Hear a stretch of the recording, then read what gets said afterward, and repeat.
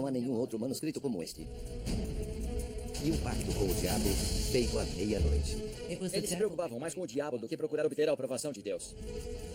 Uma história de guerras sangrentas, segredos escondidos e exorcismos sagrados. Sinistra, bizarra, inexplicada. Até agora. Desvende os segredos de um mistério medieval. Enquanto a ciência e a investigação descobrem a lendária e temida Bíblia do Diabo.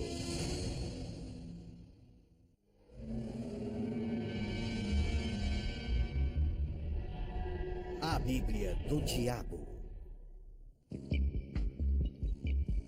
Códice Giga. Em latim, o Grande Livro. O maior manuscrito medieval existente. Um livro que já foi considerado a 8ª maravilha do mundo, com 90 centímetros de comprimento e 75 quilos. E dentro dele, histórias antigas, curas medicinais e feitiços. Ele contém uma combinação de textos que não existe em nenhum outro lugar. É o objeto mais peculiar, mais estranho, mais fascinante, mais bizarro e inexplicável do mundo. Mas o livro é bem mais do que isso. O códice exerce uma atração quase sobrenatural. Cobiçado pelos poderosos. Roubado como espólio de guerra. Mantido em segredo por um santo imperador romano durante toda a sua história. O códice inspirou medo e uma obsessão por sua posse.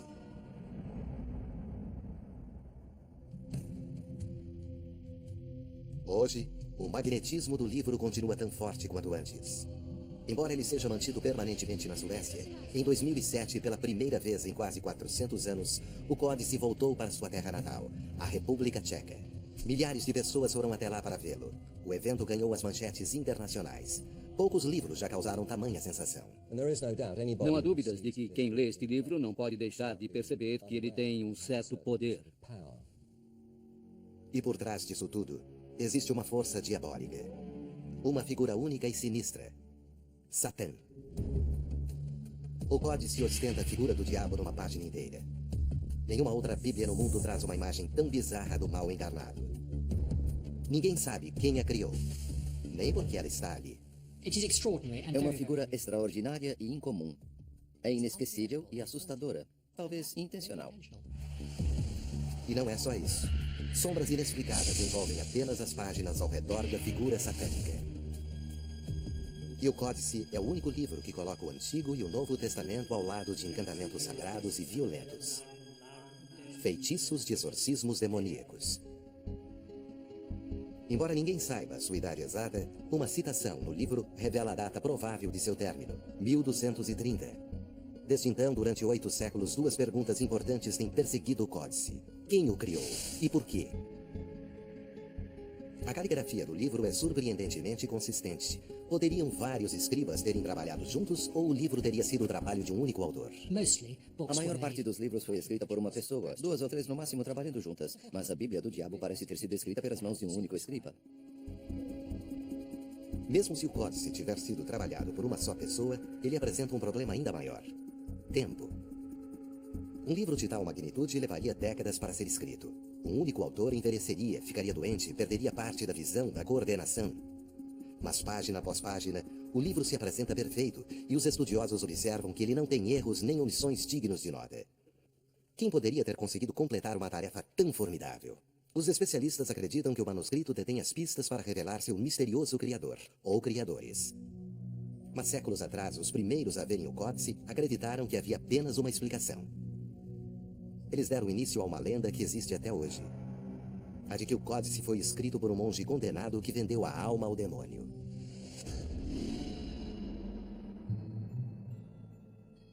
1230. A história começa num remoto monastério na Boêmia. Em uma cela escura, um monge implora por sua vida. Ele está em sérios apuros. Seu pecado violou uma regra monástica sagrada. Algo tão ofensivo que foi mantido em segredo. Ele é um beneditino. Chamados de os monges negros, seus trajes funéreos simbolizam morte ao mundo terreno. Eles fazem voto de pobreza, castidade, obediência e suportam cruéis sacrifícios físicos. como roupas infestadas de pulgas, jejum, privação de sono e autoflagelação. Mas os fracos acabam caindo em tentação. Gula, inveja, depravações sexuais. As punições são extremas. Confinamento em solitária, fome, excomunhão. Ou pior, em algum lugar no monastério, os mais velhos decidem se o monge que cedeu às tentações deve viver ou morrer. As notícias são terríveis dessa vez. O monge será condenado a uma morte lenta. Tijolo após tijolo, ele será emparedado vivo. O condenado teme a tortura que está por vir. Mas ele tem uma inspiração divina. O monge promete o impossível. Ele escreverá um livro enorme, o maior livro daquela época, que conterá a Bíblia e todo o conhecimento humano e ainda irá glorificar seu monastério para sempre. E para provar seu martírio, ele escreverá essa criação colossal numa só noite. Os mais velhos zombam dele, mas como o monge é insistente, eles concordam em deixá-lo tentar. Mas seu decreto é claro. Se o livro não for terminado pela manhã, o monge enfrentará a morte certa. Página após página, o monge escreve até sua mão ficar dormente. Mas à meia-noite, a morte começa a se aproximar, pois ainda falta muita coisa. Então, na mais escura das horas, ele faz um pacto profano. Pede ajuda do anjo caído, Satã. A lenda conta então que o demônio respondeu ao chamado do monge. Assim como os evangelhos foram guiados pela mão de Deus, o Códice Giga foi guiado pela mão do diabo.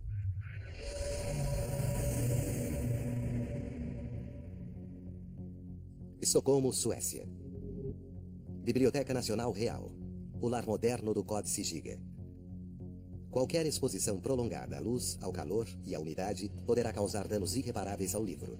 Ele esteve quase sempre coberto por um pano. Até agora, e pela primeira vez na história, uma equipe internacional de especialistas planeja desvendar o Códice Giga. O renomado especialista em Bíblias, Christopher de Hamel, o paleontólogo Michael Gulick, o especialista em demônios, Peter Stanford, e a bibliotecária sueca Anna Wolodarski se uniram com um único propósito. Usando análises de texto, ilustrações, manuscritos, investigações forenses e testes com pigmentos e papel, eles esperam revelar a história por trás da Bíblia do Diabo.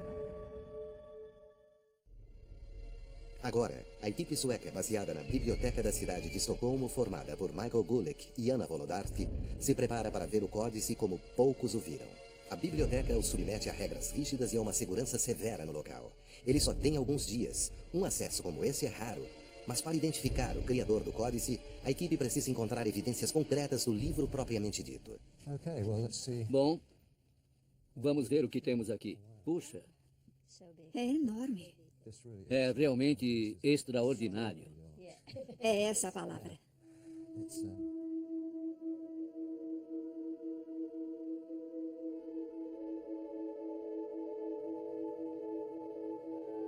Um suporte equilibra o dorso de 90 centímetros trançado à mão, enquanto sustenta os 75 quilos do livro. A primeira tarefa é a análise de pigmentos. O paleógrafo e especialista em documentos e manuscritos antigos Michael Gulick quer primeiro seguir a pista da tinta. Os monges costumavam misturar suas próprias tintas usando materiais e técnicas específicas. Será que a tinta usada no códice mostra uma assinatura química? A mistura de tintas comuns leva a variações normais nas fórmulas dos pigmentos. Um identificador de tinta pode ser utilizado para descobrir o principal ingrediente. Tintas medievais se decompunham em dois tipos principais, as feitas de metal e as feitas de ninhos esmagados de insetos. Se o códice foi o trabalho de um só escriba, ele deve ter usado um desses tipos de tinta. O escaneamento com a luz ultravioleta é como ter uma visão de raio-x. Posicionando a luz ultravioleta sobre o códice, Michael procura um brilho fosforescente. As tintas com base de metal brilham intensamente no escuro, enquanto que as tintas de ninhos de insetos são muito menos intensas. O que temos no Códice Giga é uma tinta meio marrom e que não brilha tanto. A evidência é clara. O códice foi escrito totalmente com tinta de inseto. Dado o consistente acesso de um monge aos mesmos materiais, é altamente improvável que um escriba usaria dois tipos diferentes de tinta. Essa consistência na tinta ajuda a sustentar a teoria de um único autor para o códice. Mesmo assim, a descoberta surpreende. Como um escriba pode ter sido capaz de completar um trabalho tão colossal? Michael Gulick avisa: a análise forense apenas começou. À medida em que o mistério do Códice Giga se intensifica, a equipe fica mais determinada a descobrir a verdade e revelar o criador do único livro sagrado já atribuído ao demônio.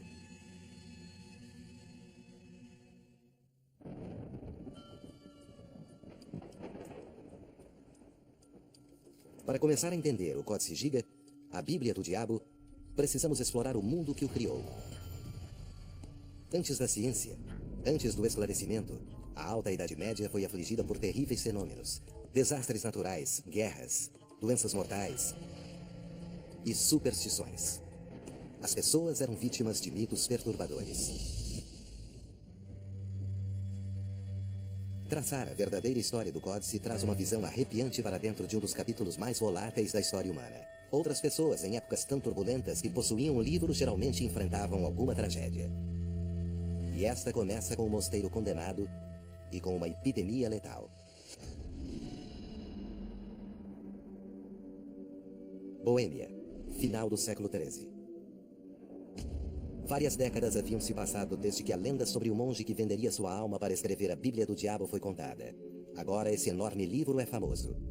Mas o monastério que o possui está em péssima situação financeira. Para evitar a falência, os abades concordaram em vender o códice para outra ordem monástica. Ser o dono de um livro como aquele trazia uma posição de status, honra e prestígio. Ironicamente, o manuscrito passa dos chamados monges beneditinos ou monges negros para uma ordem que vestia branco chamada os monges brancos. O Códice Giga vai para o seu novo lar, um monastério na cidade de Sedlec, fora de Praga. Os monges brancos colocam o famoso códice num lugar de honra, perto de um cemitério consagrado como a Terra do Calvário, o local de crucificação de Jesus. Mas não por muito tempo. Veio a tragédia. Os que cuidavam da Bíblia do Diabo ficaram na ruína. Um poderoso bispo ordenou que os monges brancos devolvessem o códice ao seu lar original, e logo depois o mosteiro foi devastado por uma epidemia mortal. A peste bubônica. A morte negra arrasou a região, matando dezenas de milhares de pessoas. O cemitério ficou lotado de corpos.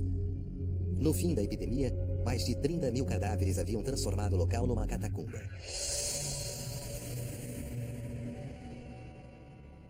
Hoje, o monastério se tornou um museu macabro, a Capela dos Ossos.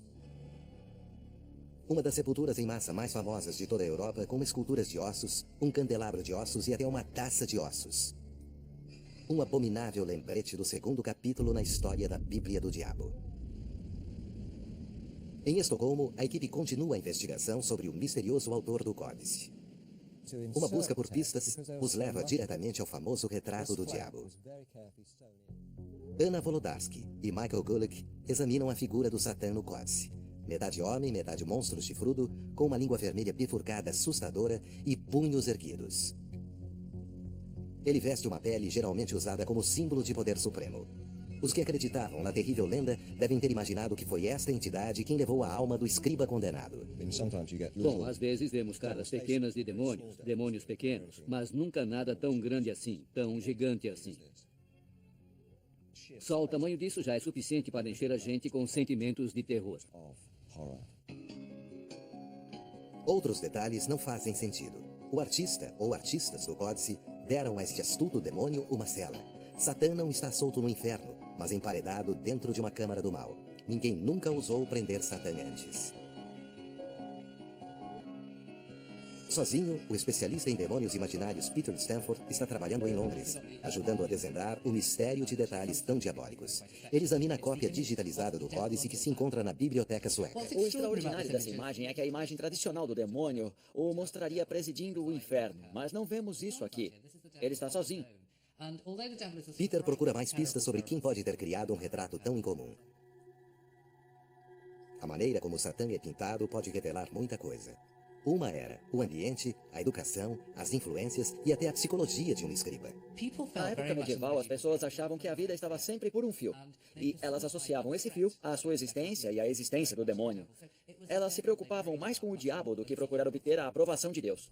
O demônio, como nós o conhecemos, teve sua origem nos jardins do Éden na forma de uma serpente. Mesmo assim, suas origens são surpreendentemente inocentes. O Shaitan árabe significava simplesmente acusador. O Ha-Satan hebraico significava adversário. No Antigo Testamento, Satã é um tipo de advogado discutindo os pecados do homem com Deus. O Novo Testamento nos traz a encarnação do mal. No terrível capítulo final, o livro do Apocalipse, a identidade de Satã fica clara. Ele é o anjo caído. Um superdemônio apocalíptico. Engenhoso, sedutor e mortal. Um trapaceiro do mal que condena os pecadores ao inferno eterno. O livro do Apocalipse diz que a Terra é um solo de batalha. Então, esta batalha cósmica que aconteceu previamente no paraíso, agora está acontecendo na Terra. Nas Idades Médias, Satã adquiriu um novo visual para corresponder à sua identidade sinistra. Um visual emprestado do paganismo. O cristianismo transformou o deus da fertilidade pagão, metade homem, metade bode, em demônio. Você tem várias características. Os chifres clássicos de um demônio, a pele escamada do animal metade homem, metade bode, que era Pan, e que se torna um animal com pele escamada. Você tem os cascos, que literalmente eram associados a Pan, e que se tornaram uma coisa negativa, algo animalesco.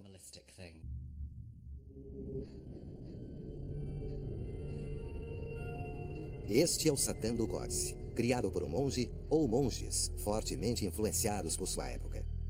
Mesmo assim, outro especialista vê evidências de uma outra coisa, um estranho espírito livre marchando para o seu próprio destino diabólico.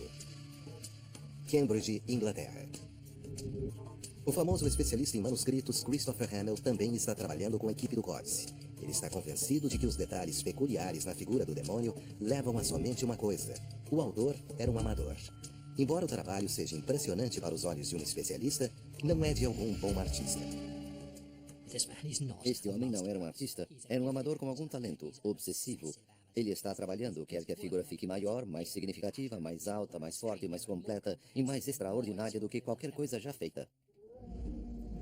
E Hamill está convencido de que as mesmas pistas aparecem na caligrafia do livro.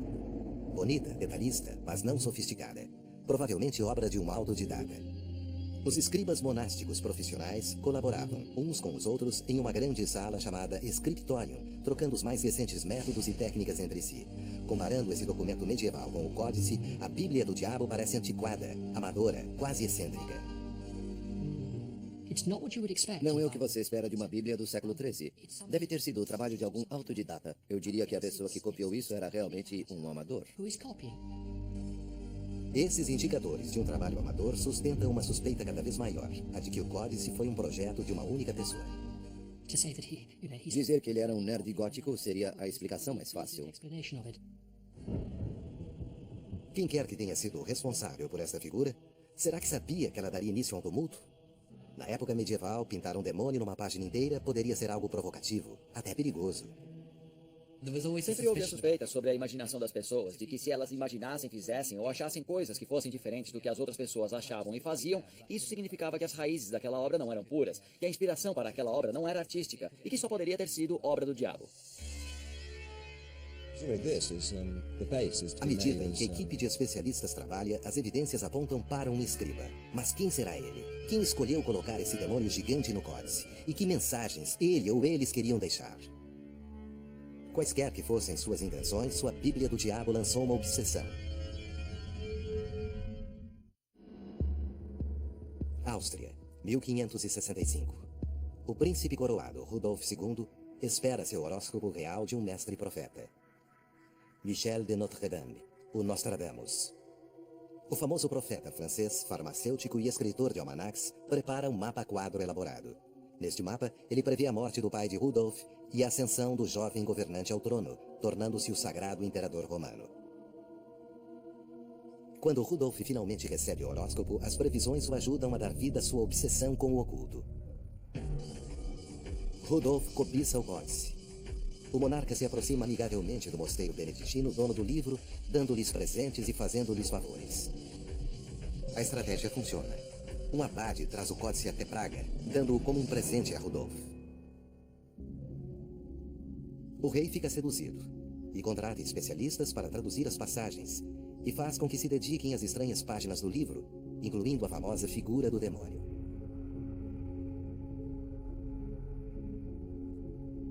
Rudolf mantém o códice consigo.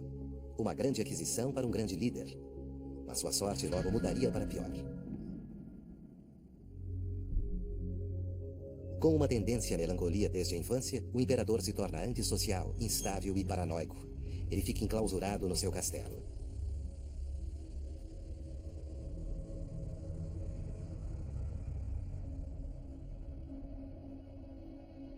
O reinado de Rudolf logo se torna uma tragédia. Sem condições para governar, ele perde todo o apoio que tinha e sua família o expulsa do trono. O imperador morre sem poder, solteiro, sem herdeiros para herdar seu bom nome.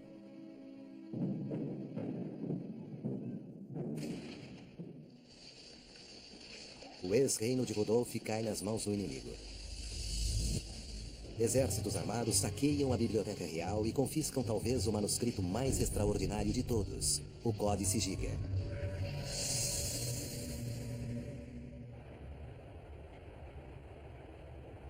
Na Biblioteca Nacional da Suécia, o lar do Códice, séculos depois, é difícil imaginar uma revolta e caos tão grande. A equipe de investigação está estreitando sua busca pelo escriba misterioso da Bíblia do Diabo. Eles precisam de mais dados para provar ou não que o monge agiu sozinho.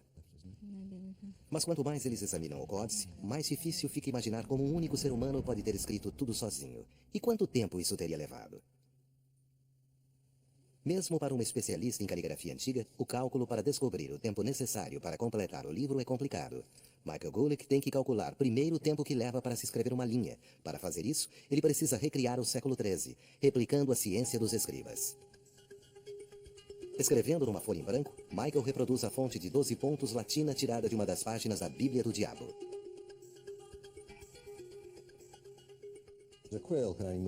Apenas se move bem depressa sobre o pergaminho. E isso é tão verdade hoje quanto era há 700 anos. Podemos multiplicar isso e calcular a partir do número de linhas quanto tempo deve ter levado o trabalho do escriba.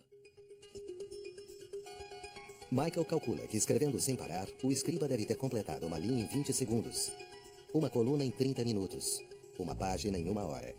E para escrever o manuscrito inteiro trabalhando 24 horas por dia, ele teria levado 5 anos. Mas tem um detalhe. Os monges tinham deveres rigorosos e só tinham permissão para escrever durante algumas horas por dia. Além disso, a caligrafia em si era apenas parte do trabalho. 5 anos escrevendo, mas levaria mais 5 para organizar tudo. Então vamos colocar mais 5 anos, total 10 anos. Ele teve que fazer iniciais decoradas e às vezes cada inicial levava de 2 a 3 dias para ficar pronta. Ele deve ter tido que corrigir seu texto e deve ter precisado ir à igreja aos domingos. Somando-se todos esses fatores, então temos algo entre um mínimo de 20 anos de produção. Prefiro dizer que ele levou de 25 a 30 anos para terminar. E tem mais cálculos. Nas condições e ambiente do século XIII, escrever o códice deve ter sido um trabalho exaustivo. Isso pode ser uma pista. Nos monastérios medievais, copiar um livro sagrado era uma forma comum de penalidade, um trabalho exaustivo, cansativo e pesado, que pode ter dado ao escriba uma chance de purificar sua alma. Na era medieval, acreditava-se que era possível expiar os pecados copiando-se um texto. E há outros sinais que sugerem que o códice deve ter sido o trabalho de um monge condenado em uma missão. O conteúdo do livro é altamente incomum. De escrituras sagradas à história até curas medicinais, ele inclui a combinação de textos encontrados somente ali. Os especialistas notam sua ênfase em cuidar do corpo e da mente e de proteger a alma imortal.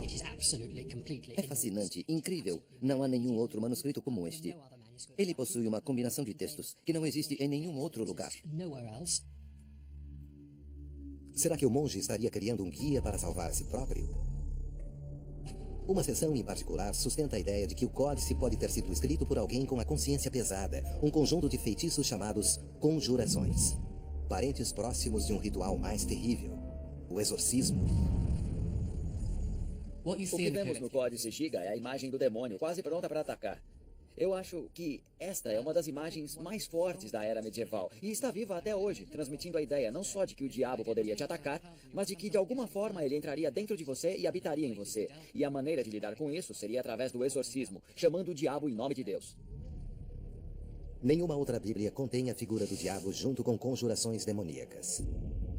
No Códice, elas estão lado a lado. Será que o escritor estava executando um tipo de autoexorcismo? Os exorcismos e conjurações da era medieval geralmente eram terríveis. Moderação física, orações fervorosas, encantamentos. O sacerdote e a vítima lutavam pela alma do possuído.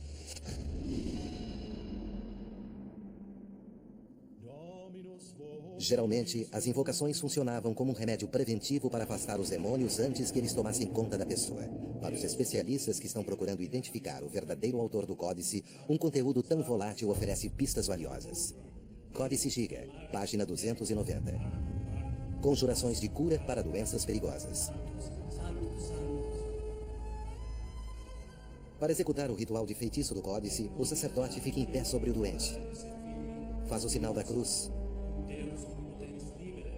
E ousa se dirigir ao diabo pelo nome, chamando-o por seus nomes latinos. Ele conta histórias sobre Jesus, seus anjos e discípulos. Ordena que a tentação maligna deixe o corpo do servo de Deus. O sacerdote reza para que a vítima seja redimida. Decifrando o código hoje, as conjurações parecem sustentar a teoria de um escriba solitário, de um monge tentando redimir seus pecados, escrevendo o livro mais ambicioso de sua época. Mas a pergunta permanece: como um manuscrito tão perfeito assim poderia existir? Que tipo de escriba extraordinário pode tê-lo escrito? Ou será que ele foi trabalho de vários escribas tentando se passar por um? Enquanto o tempo da equipe com o manuscrito vai chegando ao fim, eles voltam sua atenção a uma evidência mais forense para desmascarar o criador da Bíblia do Diabo. –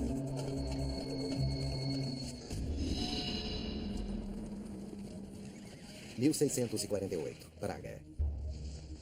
Depois da queda de Rudolf II, tropas suecas invasoras roubaram espólios valiosos. Entre eles, a Bíblia do Diabo. Os soldados colocam o valioso manuscrito em um caminhão gigante e fazem a jornada de quase 1.500 quilômetros de volta a Estocolmo. Muitos não fazem ideia do livro que está viajando ao lado deles. Outros podem ter ouvido boatos sinistros de uma Bíblia tocada pelo mal, escrita pelo próprio demônio. As autoridades planejam apresentar o códice a Cristina, a sua monarca reinante, a rainha reinante da Europa. 22 anos antes, num castelo em Estocolmo, nascia uma garota sob poderosas profecias. Muitos acreditavam que se a criança sobrevivesse à noite, ela despertaria para a majestade.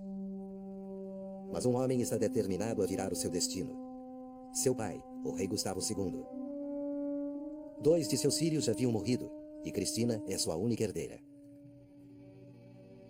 O rei jura tratá-la como se ela fosse um homem, e então a cria, a veste e a educa como um menino. Cristina segue os desejos de seu pai. Quando se torna uma monarca, ela faz seu juramento não como rainha, mas como rei. Seu exército se prepara para apresentar a ela a Bíblia do Diabo. Eles esperam que ela fique feliz com essa incrível novidade. Cristina então ordena que o códice seja colocado na biblioteca de seu castelo. Num catálogo oficial, o códice é listado em primeiro lugar entre todos os seus manuscritos mais valiosos. Mas Cristina não ficará com ele durante muito tempo. O destino do rei logo teria uma tumultuada virada. E a Bíblia do Diabo também. Em menos de uma década, Cristina abdica ao trono, se converte ao catolicismo e planeja se exilar em Roma. Ela pega suas coisas mais valiosas, incluindo várias Bíblias sagradas. Mas, misteriosamente, ela deixa o códice para trás. Menos de 50 anos depois, o códice quase é destruído num incêndio catastrófico no castelo. 1697, Estocolmo. Sexta-feira, 7 de maio. Dentro do castelo real, jaz um corpo em toda sua pompa. O recém-morto rei Charles XI. Sem aviso, o castelo começa a pegar fogo. Aposento após aposento vai sendo tomado pelas chamas. A família real foge em pânico. Os servos do castelo se apressam para salvar o que podem. Os restos mortais do rei, bens preciosos e livros. Segundo a lenda, um servo agarra o gigante códice, passa-o pela janela e o atira ao solo, preservando-o. Mas este é apenas mais um capítulo na história desse livro. O fogo causa uma devastação gigantesca Os encarregados de evitar que qualquer incêndio se alastrasse são condenados à tortura.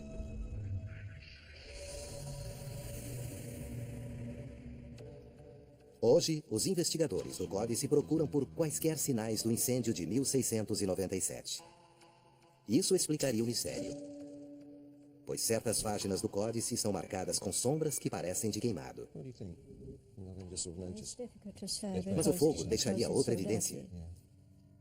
Tinta derretida, evidenciando que foram queimadas, e bordas curvadas ou quebradas. As evidências encontradas, as manchas, seguem um padrão peculiar. Elas só aparecem nas páginas perto de Satã. Os supersticiosos veem a marca de possessão do mal. É incrível. À medida que você vai virando as páginas do manuscrito, você vê que as páginas do demônio são mais escuras.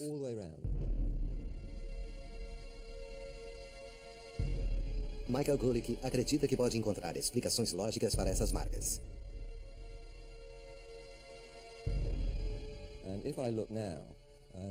Primeiro, ele examina várias folhas soltas que caíram com o passar do tempo. Sob o microscópio, ele vê um desgaste normal. Isso ajuda a estabelecer um tipo de linha base de danos. Esta página está bem suja e cheia de manchas e, portanto, está descolorida. Essa sujeira foi se acumulando com o passar dos séculos. Mas comparadas com a linha base, as páginas do Diabo mostram uma mancha muito mais escura. Agora, Michael compara cada uma das seções com folhas de um pergaminho moderno. Na verdade, essas páginas não são de papel, elas são proteína. Muitos livros medievais usavam um material chamado vellum, parecido com pergaminho, mas feito de pele de animal.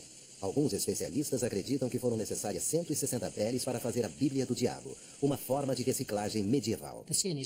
Esta pele é um subproduto do que restava depois que eles comiam um animal. Se você morasse numa comunidade monástica, sobrava muita pele, porque os monges tinham muitos cordeiros. Mas como se explica o estranho processo de cortume do vellum? Teria sido obra de um autor misterioso? Os supersticiosos veem mais do que uma coincidência de sombras escuras aparecendo na página do Diabo. Eles veem marcas da possessão do mal. Michael Gulick acredita ter encontrado a resposta para a descoloração demoníaca. As sombras não foram causadas por nada além da luz. Com o tempo, a exposição aos raios ultravioletas surtia um poderoso efeito na pele de animal, acabando por tingi-la. É uma prova de uma poderosa atração. Durante quase 800 anos, as pessoas olharam para a figura de Satã mais do que para qualquer outra página. Vez após outra, essa exposição repetida revela algo muito mais notável do que possessão demoníaca. Nosso eterno fascínio pelo demônio. Após 8 séculos, o mistério da Bíblia do Diabo poderá ser revelado em breve. Em sua busca pela identidade do escriba, a equipe chega a uma última e crítica evidência. Coletando todos os dados, o paleógrafo Michael Gulick quer provar que, sem sombra de dúvida, o enorme trabalho foi de apenas uma pessoa. Para fazer isso, ele está usando ferramentas definitivas no seu trabalho. Uma detalhada análise de caligrafia chamada grafologia. A grafologia gira em torno de um simples fato. Nunca 2 amostras de letras serão idênticas. Como uma trilha de migalhas de pão, múltiplos monges teriam deixado suas marcas no códice.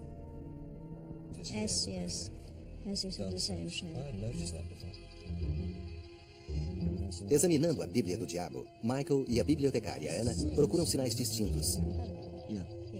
Inclinações, pressão na pena, ângulo, espaçamento das palavras e estilo. Para olhos treinados, o estilo de um detalhe recorrente como uma letra em crescente pode revelar muita coisa. Ele se concentra no G. O interessante no G, no códice Giga, é que, primeiro, ele aparece como uma forma bem antiquada de G.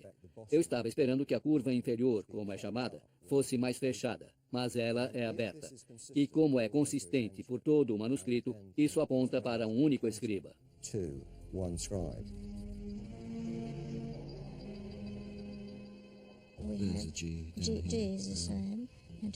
Depois de uma rígida inspeção, a equipe verificou que os Gs antiquados, junto com outras marcas principais, são uniformes.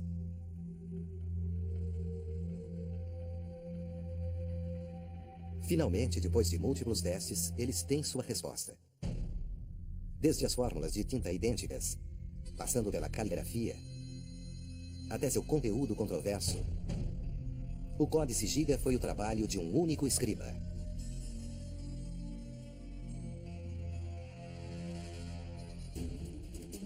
É uma conquista quase sobre-humana. Um livro tão grande que uma só pessoa não consegue carregá-lo sozinha. Perfeito do início ao fim. O maior manuscrito já criado, escrito através de décadas. E não existe nenhum outro trabalho do mesmo escriba em parte alguma. É diferente de tudo. Tenho certeza de que se encontrássemos a letra daquele escriba em qualquer outro manuscrito, a reconheceríamos. Eu saiba, ninguém viu essa letra em lugar nenhum antes. Quem teria sido capaz de criar algo assim? O que o teria motivado? A investigação ainda não terminou. A equipe procura elementos finais que possam identificar esse super escriba.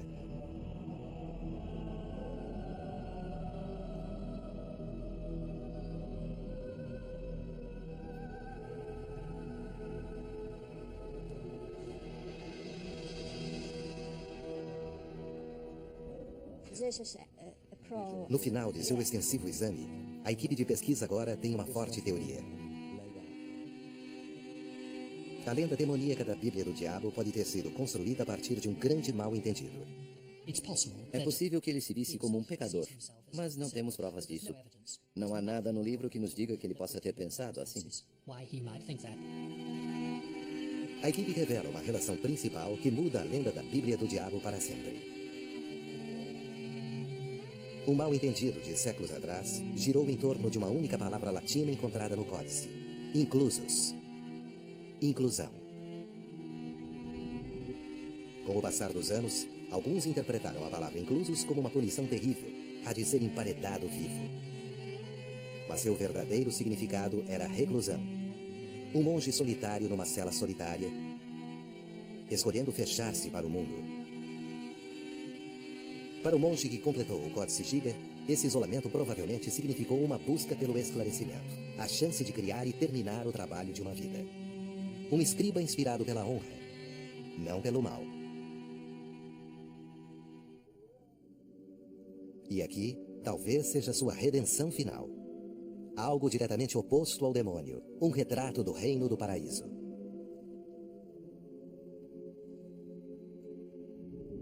Ali existe o horror e a felicidade.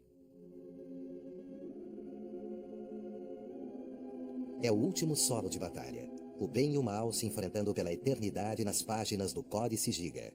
Estamos vendo a justaposição do diabo e do paraíso. Estas são as duas escolhas apresentadas à humanidade. E finalmente, examinando a lista de nomes na parte de trás do códice, a equipe descobre um crédito póstumo. Eu vejo aqui hermanos monacos inclusos. Embora o verdadeiro nome do escriba possa nunca ser identificado, essa única informação pode dizer tudo. Herman, inclusus. Herman, o recluso. Acho que nosso exame provou que este foi, sem dúvida, o trabalho de uma pessoa só. O que significa que foi o trabalho de um monge que ficou em reclusão. Quis passar a vida sozinho.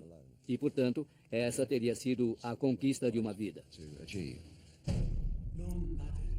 Um monge beneditino implora para ficar isolado numa cela, vivo. Na cela, ele escreverá o maior livro de sua época.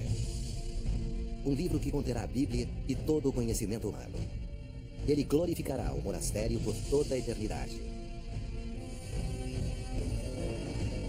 A Bíblia do Diabo. Versão